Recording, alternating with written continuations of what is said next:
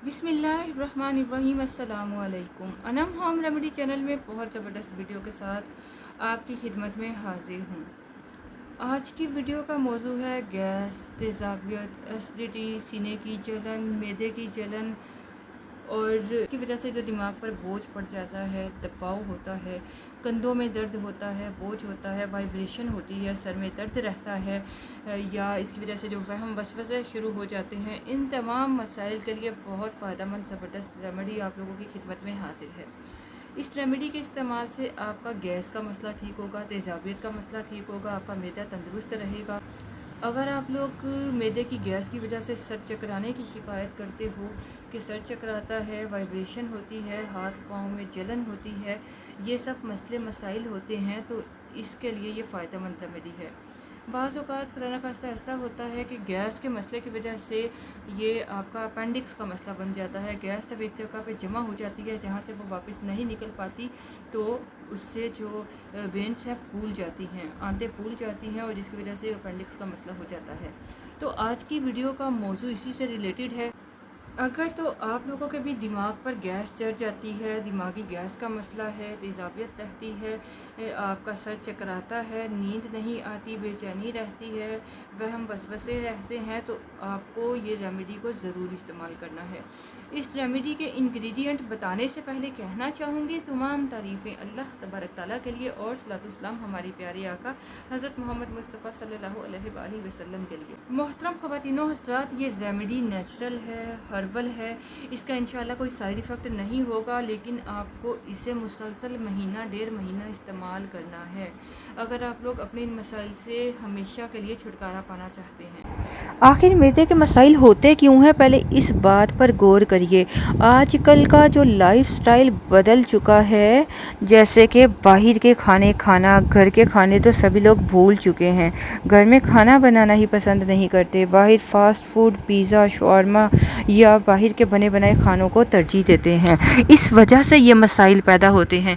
इधर से खाना खाया तो साथ में ऊपर से कोल्ड ड्रिंक्स का इस्तेमाल कर लिया कि कोल्ड ड्रिंक्स के बगैर तो खाना हज़म ही नहीं होगा।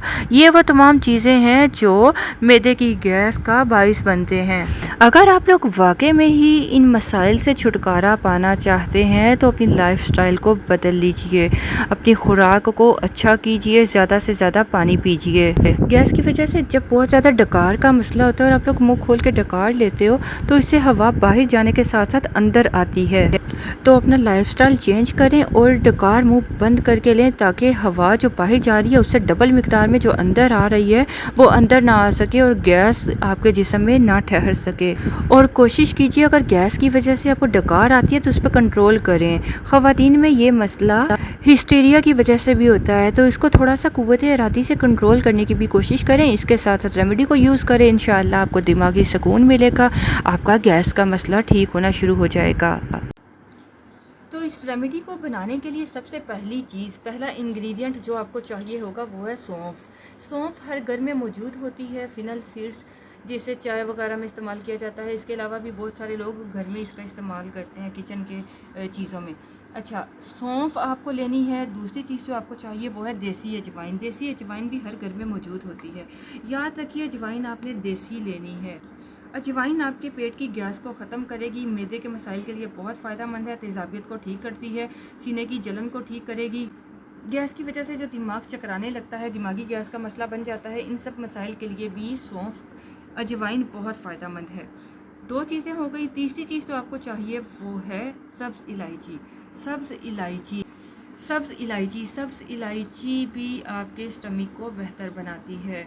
आपको सब्ज़ इलायची चाहिए, जैसे कि पहले भी वीडियो में बताया था, ये थोड़ी महंगी होती है लेकिन आपके जो हेल्थ है उससे ज़्यादा महंगी नहीं है।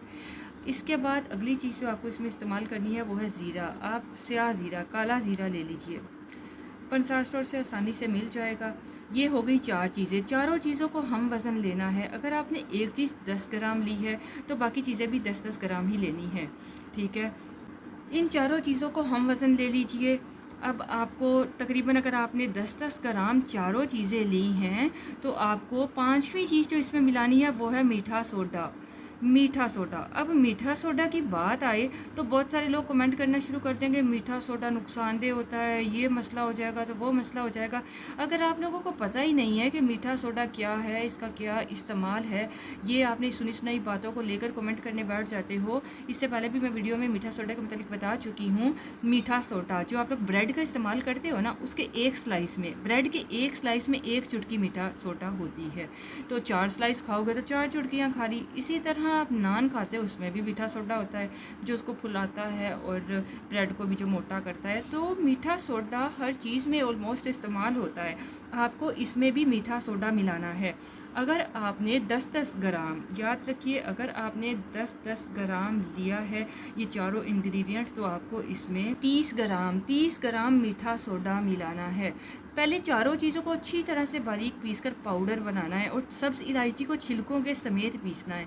छिलकों समेत पीसकर अच्छा सा बारीक सा पाउडर बना ले, सफ़ूफ बना ले और इसमें मिलाइए मीठा सोडा।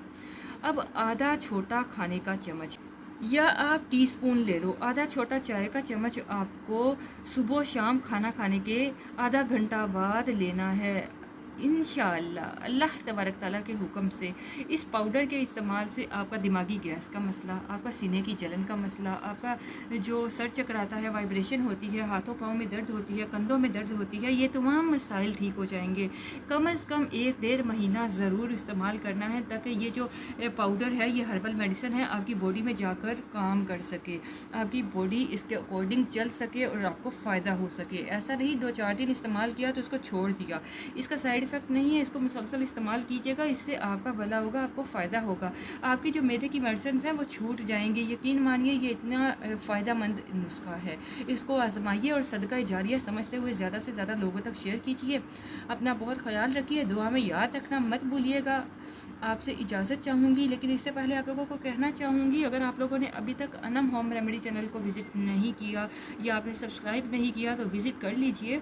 आपको आपकी हेल्थ से रिलेटेड ऑलमोस्ट हर वीडियो मिलेगी और इंशाल्लाह वो फ़ायदेमंद भी होगी। तो विज़िट करने के बाद पसंद आ जाए तो सब्सक्राइब करने के साथ साथ बेल आइकन को दबा लीजिएगा। मैं आप लोगों को ये भी बताती चलूँ कि इलाज के साथ साथ परहेज़ बहुत ज़रूरी है। सभी लोग ये बात तो अच्छी तरह से जानते होंगे कि परहेज़ इलाज से बेहतर है। तो ये जो तली भुनी चीज़ों से परहेज़ करने के साथ साथ कोल्ड ड्रिंक्स को छोड़ दीजिए। इसके साथ साथ मैं आप लोगों को बताऊं, वो जो बादी चीज़ें होती हैं, आलू, गोभी, ये सब, या दालें हो गया जो गैस पैदा करती हैं, लोबिया हो गया, इन सब चीज़ों को भी छोड़ दीजिए। और ऐसी चीज़ें जिसमें स्टार्च ज़्यादा मिकदार में पाया जाता है, इन चीज़ों को छोड़ दें ताकि आप एक बार अच्छे से ठीक हो लो। जब आप ठीक हो लोगे, जब आपकी गैस का मसला ठीक हो जाएगा, मैदा तंदुरुस्त हो जाएगा, तो फिर आप जो मर्ज़ी चीज़ें खाते पीते रहिएगा। मिलूंगी आपसे नए टॉपिक में नई वीडियो के साथ, तब तक के लिए अल्लाह निगहबान।